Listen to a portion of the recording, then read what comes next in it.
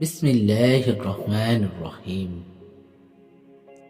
আমার প্রিয় ভাই ও বোনেরা, আজকে আপনাদের সামনে বলবো, মহাবিচারের পর মানুষকে যখন দোজকে নিক্ষেপ করা হবে, সেই দোজক কেমন হবে তার বর্ণনা আজকে আপনাদের সামনে তুলে ধরব।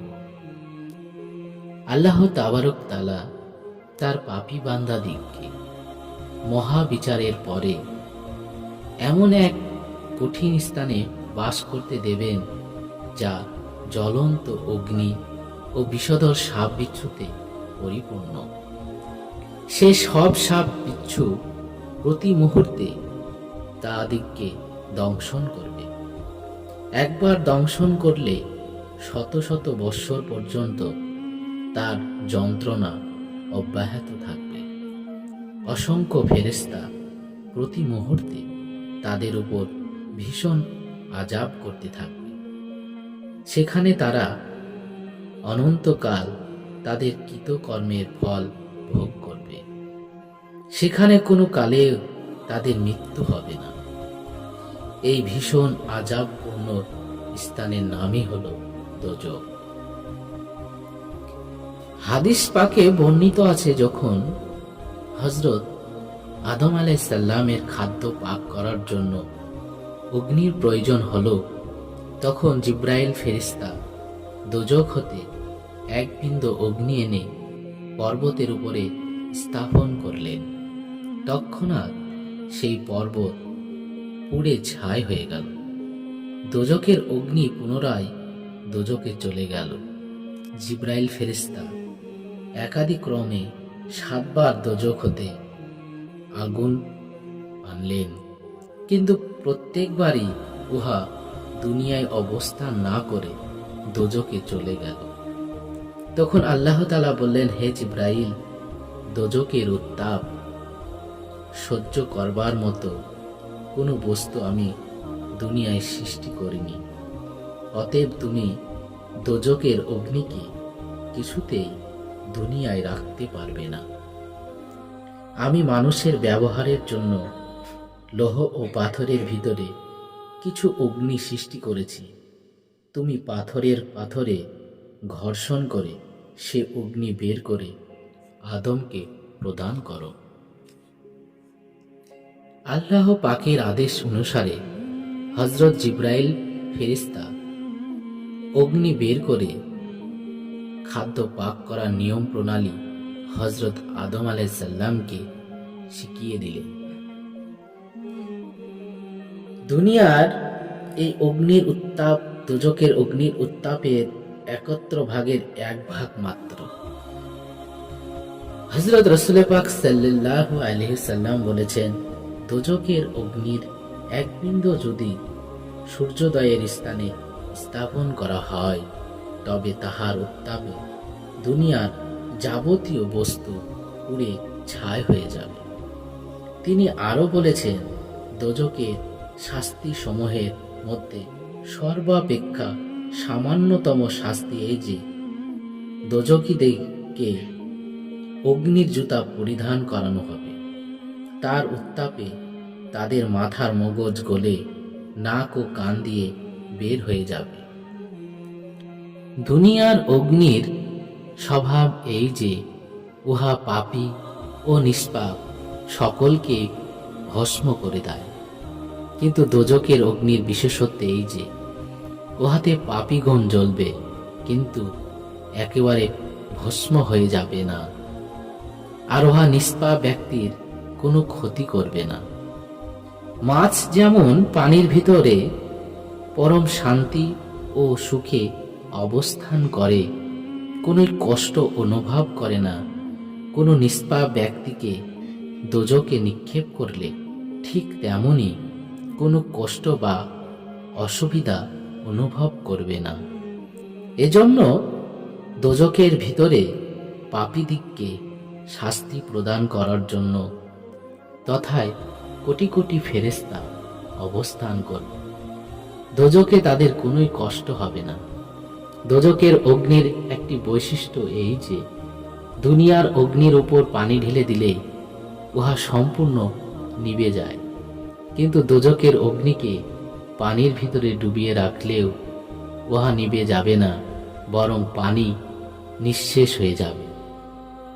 তবে আল্লাহর মহব্বতে অথবা আল্লাহর শাস্তির ভয়ে মানবের চক্ষু হতে যে পানি বের হবে, সেই পানির এক ফোঁটা দোজকে নিক্ষেপ করলে দোজকের অগ্নি তথা হতে সহস্র বৎসরের রাস্তার সমান দূরে সরে যাবে।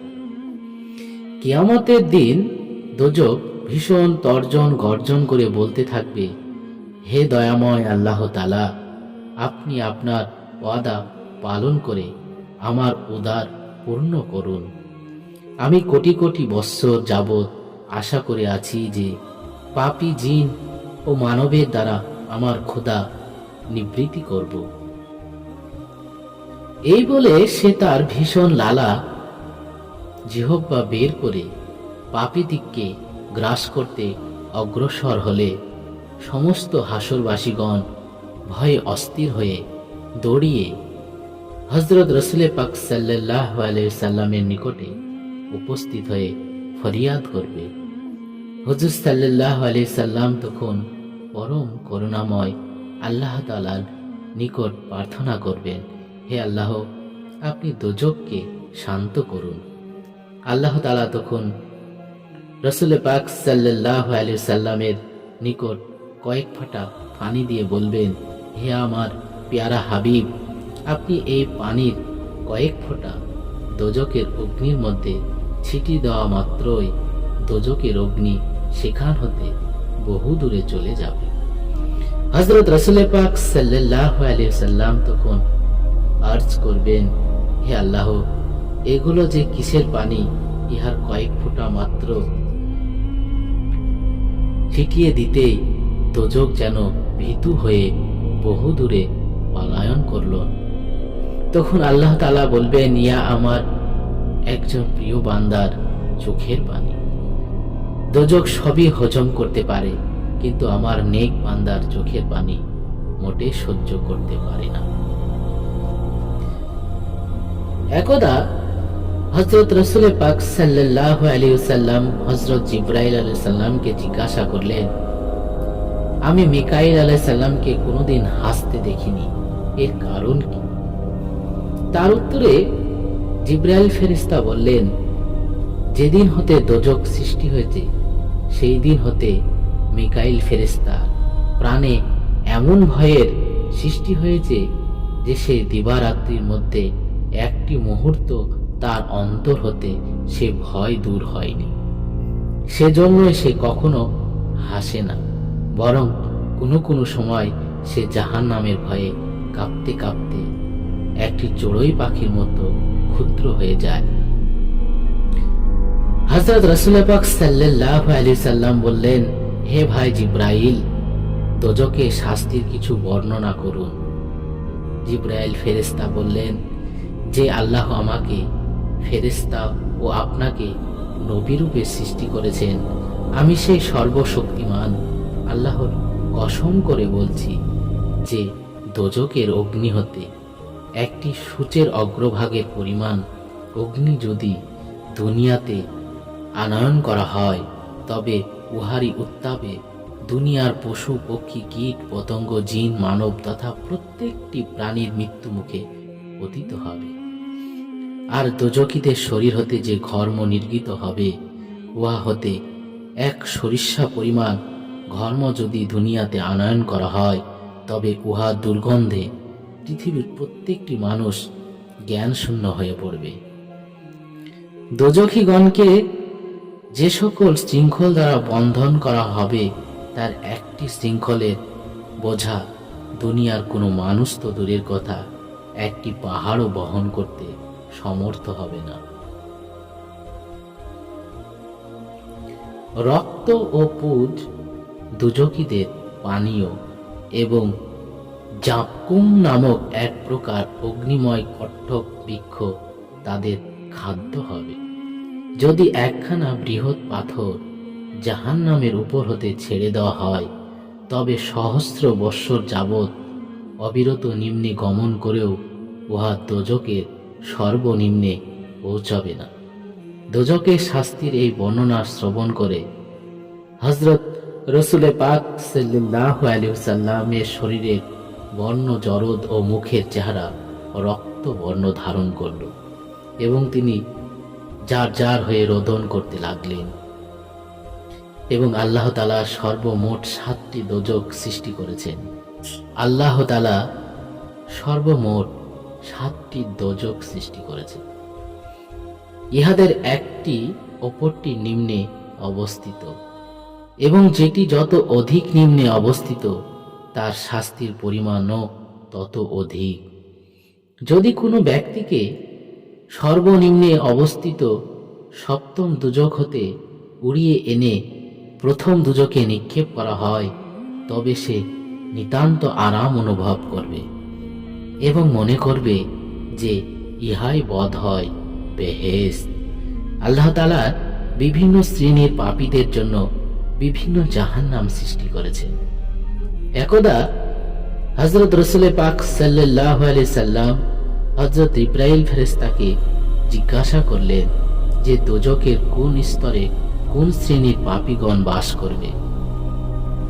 তার উত্তরে জিবরাইল ফেরেশতা বলেছিলেন, দোজকের সর্বনিম্ন স্তরের নাম হাবিয়া।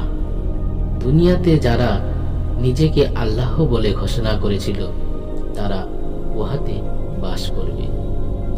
6ষ্ঠ দোজকের নাম জাহিম। যাবতীয় মুশরিকগণ অর্থাৎ যারা আল্লাহ ব্যতীত অন্যের উপাসনা করেছে এবং আল্লাহর সহিত কোনো বস্তু বা ব্যক্তিকে আল্লাহর সমকক্ষ জ্ঞান করেছে তারাই এই দোজকে বাস করবে। 5ম দোজকের নাম সাকার। যারা আল্লাহর মনোনীত ধর্ম পরিত্যাগ করে ধর্মান্তর গ্রহণ করেছিল তারা এই দোজকে বাস করবে। 4র্থ দোজকের নাম হুতামা। ইহাতে শয়তান এবং তার অনুচর বর্গ বাস করবে। একথা শ্রবণ করে হযরত রাসূল পাক সাল্লাল্লাহু আলাইহি সাল্লাম সাহাবীগণ কিঞ্চিত আশ্বস্ত হলেন।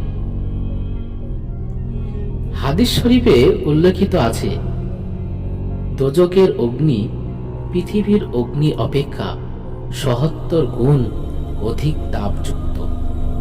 আল্লাহ তাআলা জাহান্নাম সৃষ্টি করে উহার অগ্নিতে 1000 বৎসর পর্যন্ত প্রচলিত করার ফলে উহা লাল বর্ণ ধারণ করে। লাল বর্ণ ধারণ করে তৎপর পুনরায় 1000 বৎসর প্রচলিত করার ফলে উহা সাদা হয়ে যায়।